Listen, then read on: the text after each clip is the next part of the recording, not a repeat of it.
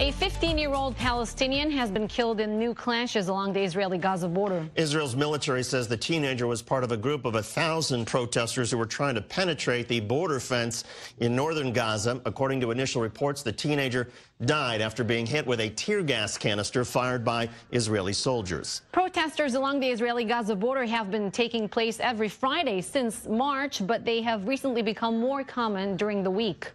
Syria's President Bashar al-Assad says that his country is getting back to normal. Well, in a new interview with a Gulf newspaper, the first for 8 years to an Arab media outlets we should mention, Assad said several Western delegations have visited Syria and are preparing to reopen their consulates and open diplomatic outposts. Assad did not give specificities as to which Western state he was referring to, though. Assad also claimed that his relationship with his Arab neighbors is improving. Syria was ejected from the Arab League in the early days of the Syrian civil war and was isolated both economically and diplomatically. Meanwhile, Syria's biggest supporter, Russia, has just given the Syrian military a new surface-to-air missile defense system. The delivery comes amid growing tension between Russia and Syria's neighbor, Israel. I24 News correspondent Jonathan Regev has more. 2 weeks after the downing of the Russian plane over Syria, blamed by Moscow and Israel, Russia's response is seen on the ground. We have completed the delivery of S-300 complexes.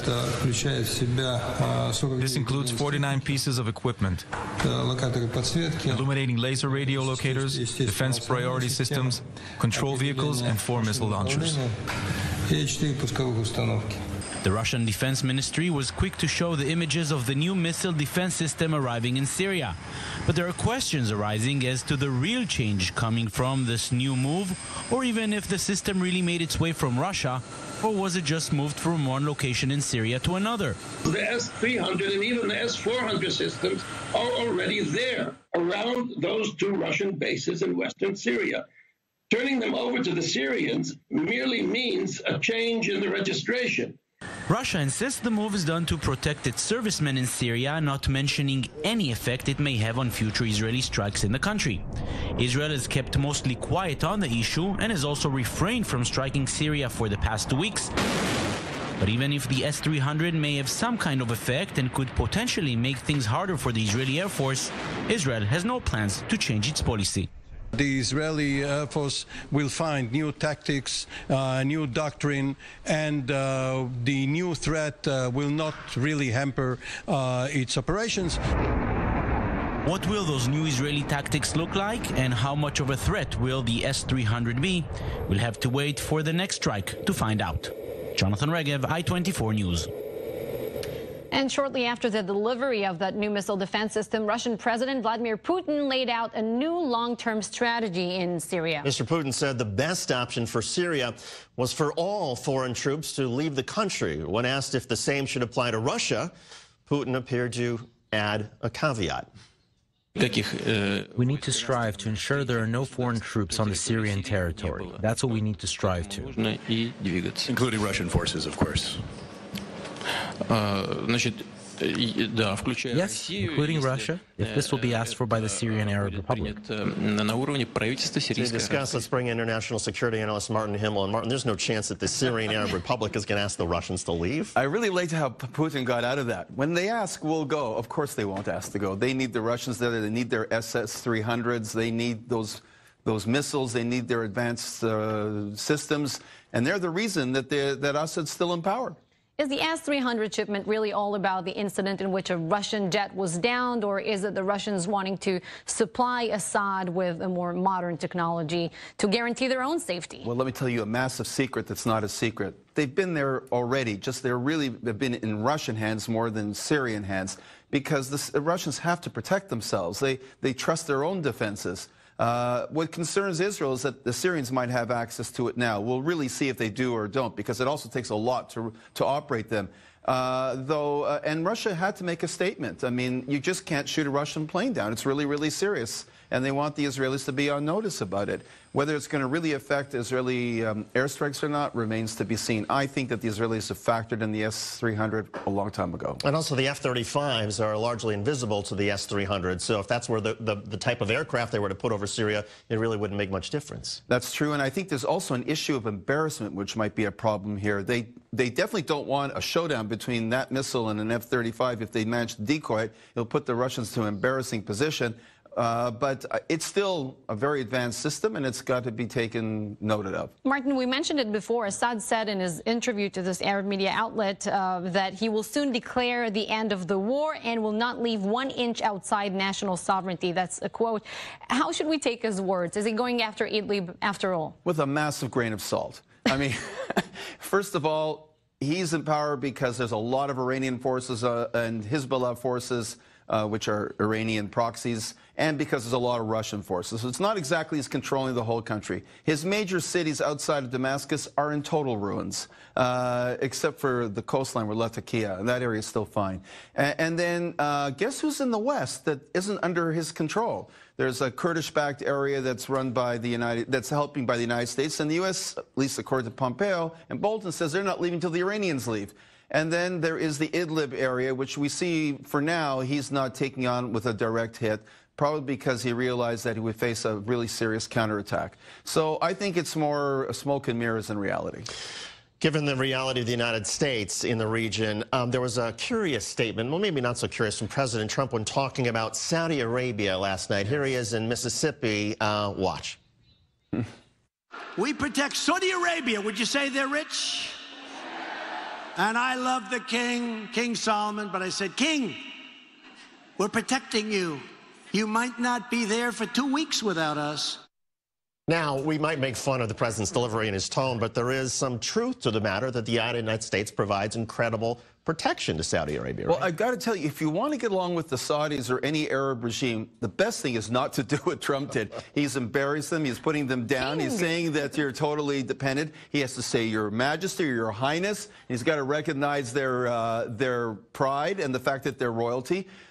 He's really sticking a little too hard to them. Yes, they won't last long without the United States, but I have news for you. The United States really needs them. They need their bases there. They need their presence there. It's not like just a one-way street. Why would he say that? Because he's talking to his base. He's not talking to the king of... He's hoping the king of Saudi Arabia didn't hear this. Of course he has. In this world, you can't get away with it. But he's talking to his base. He's trying to show the United States is strong and tough. The world needs the United States. It's because of him that Saudi Arabia needs the United States. He's brought all this pride back. He's talking to his base in the southern United States. For them, it sounds great. Do you think the Saudis, though, understand that, or do they hear the sort of abrasiveness and the sort of condescension in President Trump's voice, or do they, like everybody else around the world, think, you know what, that's just how President Trump talks? I think they wince. They don't like it. They find him boorish. They find him unworldly. They find him maybe provincial, but they know that they need him, and they know how to assuage his ego better than him dealing with them. Martin Himmel, thank you as always. Thank you. During that discussion about Syria, Putin also made some eye-opening comments about the Skripal case. The Russian leader had some very harsh words for the former Russian double agent who was poisoned, reportedly at the direction of some high-level officials in Moscow. Watch. I see that some of your colleagues are pushing the theory that Mr. Skripal was almost some kind of human rights activist. He's just a spy, a traitor of the motherland. Imagine, you are a citizen of your own country, then you have a man who betrays his own country. How will you or anyone sitting here, representative of any country, take him? He is simply a scumbag, that's all. Simply a scumbag. Now he's a scumbag. You know what Putin said about Skripal when he was discharged from the hospital? He said, God bless his health. We're very happy. The truth comes out, and now we have an incentive, or an understanding of the incentive as to why Russians might have tried to poison Skripal. Yeah, but the two Russians, the suspects, these two men, they recently gave an interview to a Russian media outlet, and they said, we were just there in Salisbury to visit the cathedral. It's a highly touristic, touristic destination, apparently. Yeah. All right, meantime, Russia is not the only country taking a closer look at its future in Syria. So is the United States. Initially, the United States said its goal in Syria was limited to taking on Islamic State, but over time that has changed thanks in large part to Iran. I24NEWS correspondent Christian Millar has more in this week's Diplomatic Dispatch. The closer we get to November the 5th, when the U.S. imposes tougher sanctions, especially on Iran oil exports, the more the tension grows between Donald Trump and the Ayatollahs.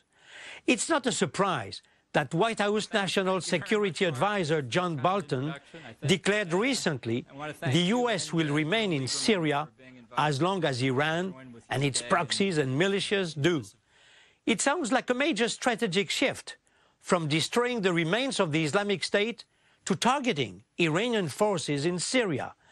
The U.S. administration does know that Iran's aim in Syria is not just to support the regime of Bashar al-Assad, but to entrench its own networks of long-range missiles and anti-aircraft systems that would give it more power projection over the region. The U.S. position appears to be all about preventing Iran from establishing an axis from Tehran through Iraq, Syria and Lebanon at Israel's doorsteps. The Iranians might prepare a lengthy underground mission in Syria, given the remote likelihood of a settlement of the political crisis. A longer-term U.S. presence in Syria might also raise the risk of U.S.-Iran confrontation, which could even involve Israel, given its staunch support for the American ally. In that context, the recent meeting in Paris between U.S. Secretary of Defense James Mattis and French President Emmanuel Macron illustrates the need for the U.S. not to continue isolationist policies and to have France maintain its special forces in the northern part of Syria, especially at a time when the Syrian regime wants the United States, France and Turkey to leave Syria immediately. Finally, it's clear that Iran is reaching an agreement to sell oil to the European Union members, among them France. This issue is the most open bone of contention between Donald Trump and his allies. The European Union still thinks it is right when it considers that the July 2015 nuclear deal is still the best chance the world has to prevent Iran from building nuclear weapons in coming years. The U.S. administration totally disagrees with this approach, which it considers as unrealistic. Well, that was Christian Millar reporting from Paris. There's some growing fears now over the fate of a missing journalist in Turkey who is a stringer for one of the largest newspapers in the United States. Jamal Khashoggi. He works in Saudi Arabia and is a frequent contributor to the Washington Post. He's been a fierce critic of Saudi Arabia's Crown Prince Mohammed bin Salman. Khashoggi was last seen entering the Saudi consulate in Istanbul, Turkey on Tuesday. Saudi officials say Khashoggi immediately left the consulate shortly after arriving. Turkey, however, said that Khashoggi is still in the consulate, but did not elaborate any further. The United States says it is aware of Khashoggi's disappearance and is looking into what may have happened to him. What do you think happened to him? I think he got some notice that his health, his life might be in some jeopardy, and he's like, I'm not going on the streets of Istanbul. I'm going to stay in this building right here. When the Saudis wanted the prime minister of a foreign country to disappear, right? Hariri of Lebanon, they sort of made it happen. So what's a journalist? Put him up in a five-star And in Turkey. Hotel. Yeah, a journalist in Turkey. Right. All right, still ahead, the White House says the president was just stating facts when he appeared to mock Dr. Christine Blasey Ford's testimony about Supreme Court nominee Brett Kavanaugh. Plus, tax officials in New York State are reportedly following up on a New York Times investigation that alleges that during the 1990s, Donald Trump engaged in tax schemes and fraud to increase his family fortune.